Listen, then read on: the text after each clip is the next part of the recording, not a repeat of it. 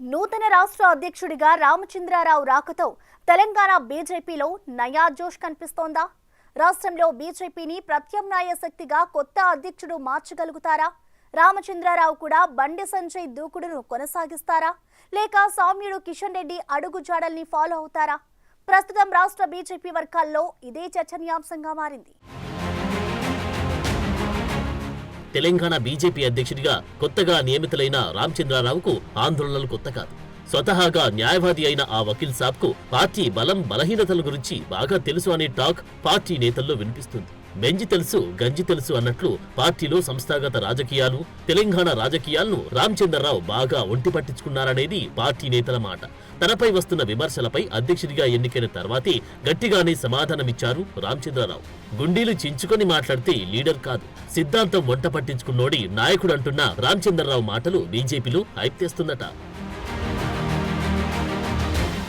బండి సంజయ్ లాంటి దూకుడు స్వభావం, కిషన్ రెడ్డి లాంటి కామ్ అండ్ కూల్ నేచర్ ఉన్న అధ్యక్షులను తెలంగాణ బీజేపీ నేతలు చూశారు. ప్రస్తుతం అధ్యక్షుడిగా ఎన్నికైన రామచంద్రరావు ఎలా వ్యవహరించబోతున్నారనేది ఇప్పుడు తెలంగాణ పొలిటికల్ సర్కిల్స్ లో హాట్ టాపిక్ గా మారింది. బండి సంజయ్ అగ్రెసివ్ ధోరణిలో బీజేపీ అధ్యక్షుడిగా పనిచేశారు. తన హయాంలో బీఆర్ఎస్ విధానాలను బలంగా ఎండగొట్టారు. ఆ తర్వాత బీజేపీ పగ్గాలను కిషన్ రెడ్డి చేపట్టారు. కిషన్ రెడ్డికి స్వతహాగా సౌమ్యుడన్న పేరుంది. బండి సంజయ్ లాగా అగ్రెసివ్ గా కాకుండా కిషన్ రెడ్డి ప్రణాళికబద్ధంగా పార్టీ వ్యవహారాలను నడిపించారని పార్టీ నేతలంటున్నారు. ఇప్పుడు రామచంద్రరావు ఎలా పార్టీని ముందుకు తీసుకెళ్లబోతున్నారనేది పార్టీలో హాట్ డిబేట్ అయిందట. స్వతహాగా న్యాయవాది అయిన రామచంద్రరావు ఎమ్మెల్సీగా పనిచేసిన అనుభవం ఉంది. పార్టీలో క్రియాశీలకంగా పనిచేసిన అనుభవం ఉండడం రామచంద్రరావుకు కలిసొచ్చే అంశంగా పార్టీ నేతలు చెప్తున్నారు. పార్టీలో ప్రస్తుతం నెలకొన్న పరిస్థితులపై ఆయనకు పూర్తి అవగాహన ఉంది. సుదీర్ఘంగా పార్టీలో యాక్టివ్ రోల్ పోషించిన నాయకుడిగా నేతల పనితీరు, అంతర్గత అంశాలను ఎలా డీల్ చేయాలన్నది ఆయనకు తెలియంది కాదు. పూర్తి స్థాయిలో పార్టీ కోసం పనిచేసే నిబద్ధత నూతన అధ్యక్షుడిగా రామచంద్రరావుకు కలిసొచ్చే అంశంగా చెప్తున్నారు. అయితే అధ్యక్షుడిగా బాధ్యతలు చేపట్టిన రామచంద్రరావుకు అటు రాజకీయంగా ఇటు పార్టీలోని పరిణామాలతో సవాలు ఎదురుకానున్నాయి. రాబోయేది ఎన్నికల కాలం. 2023 అసెంబ్లీ ఎన్నికల్లో బీజేపీ ఆశించిన స్థాయిలో రాణించలేకపోయింది. ఎన్నికల ఓటమి తర్వాత పార్టీ కార్యకర్తల్లో కొంత నిరాశ నెలకొంది. రాబోయే స్థానిక సంస్థల ఎన్నికలు, 2028 అసెంబ్లీ ఎన్నికలకు పార్టీ క్యాడర్ని సమర్థంగా సిద్ధం చేయాల్సి ఉంది.